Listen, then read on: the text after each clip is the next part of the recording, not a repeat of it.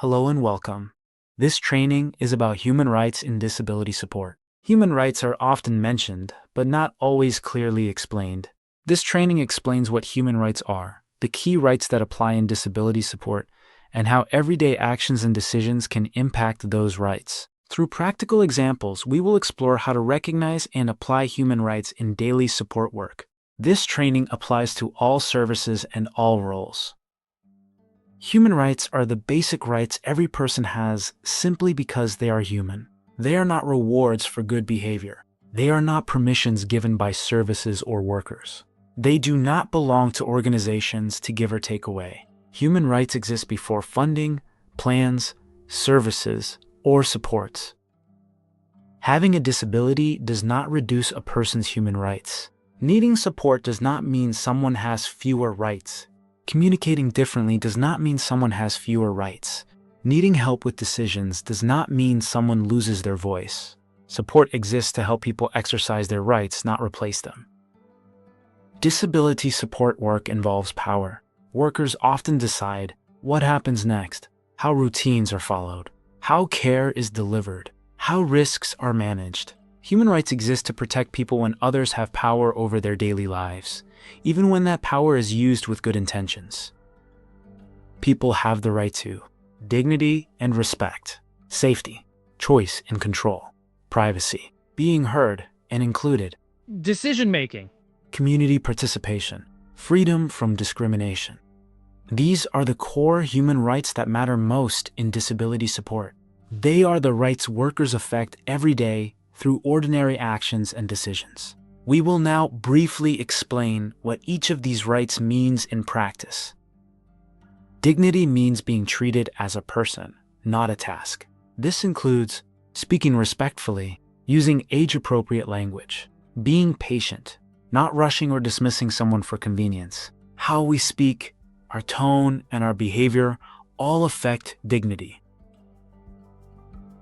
Everyone also has the right to be safe. This includes protection from abuse, neglect, violence, exploitation. Safety includes emotional safety as well as physical safety. Ignoring distress or using intimidation can be a human rights issue, even if no injury occurs. People have the right to be involved in decisions about their own lives.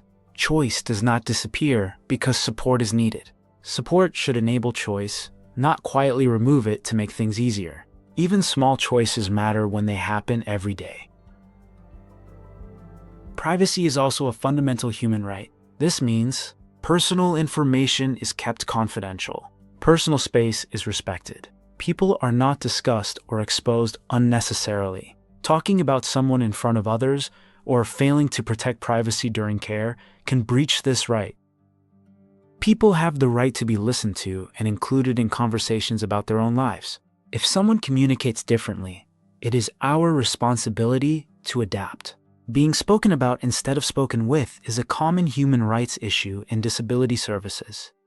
Needing support with decisions does not remove a person's rights. Capacity affects how decisions are supported, not whether the person matters. Human rights require us to support understanding and involvement, not bypass the person. Human rights also extend beyond services into everyday life. People have the right to relationships, community access, and everyday life experiences. Keeping people isolated or restricted purely for convenience undermines this right. Discrimination happens when people are treated as less capable, less important, or less deserving because of disability. Low expectations, dismissive attitudes, or they can't thinking slowly erode human rights. To understand how human rights apply in everyday work, let's look at a short scenario that reflects common support situations. A support worker is helping Alex get ready for the day.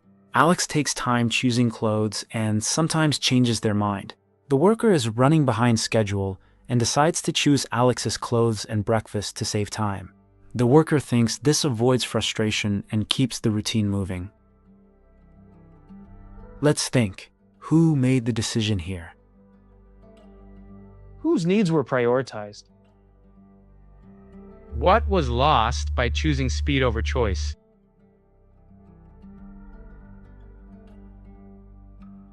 This situation is very common.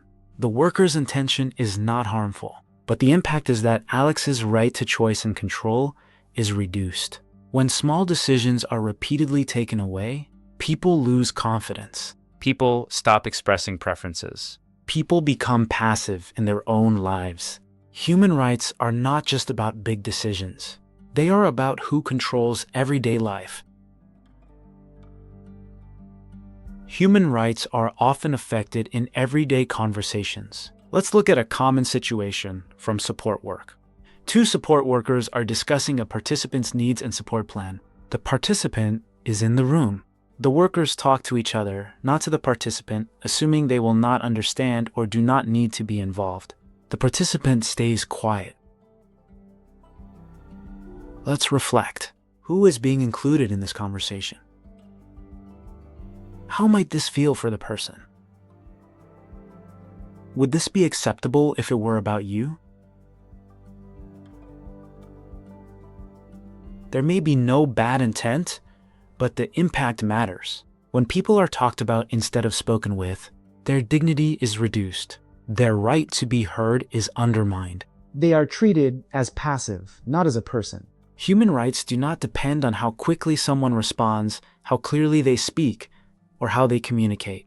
If someone needs more time, different communication, or extra support to be involved, our role is to adapt, not to exclude them.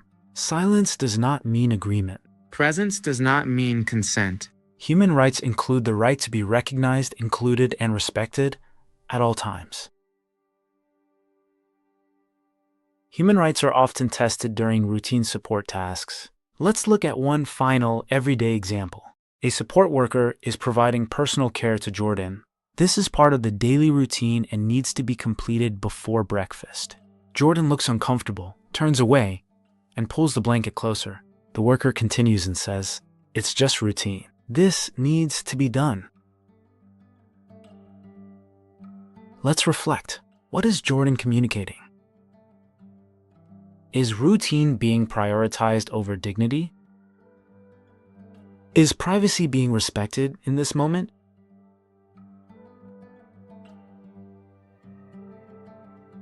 Personal care is one of the most vulnerable times for dignity and privacy. Even when support is necessary, how it is delivered matters. Routine does not override human rights. Continuing without slowing down, explaining, or responding to discomfort can undermine dignity, breach privacy, remove the person's sense of control. Human rights apply most strongly when someone is at their most vulnerable. Every worker influences human rights through daily actions. You do not need to be in management to uphold rights. Pausing, explaining, offering choice, and raising concerns are all human rights actions. The NDIS Code of Conduct expects workers to act when something feels unsafe or disrespectful. A simple way to remember this training is this. If a support practice removes dignity, choice, privacy, or voice, it is a human rights issue. Human rights are not an extra requirement. They are the foundation of good disability support. Every interaction matters. Thank you for taking the time to reflect on your role in upholding human rights.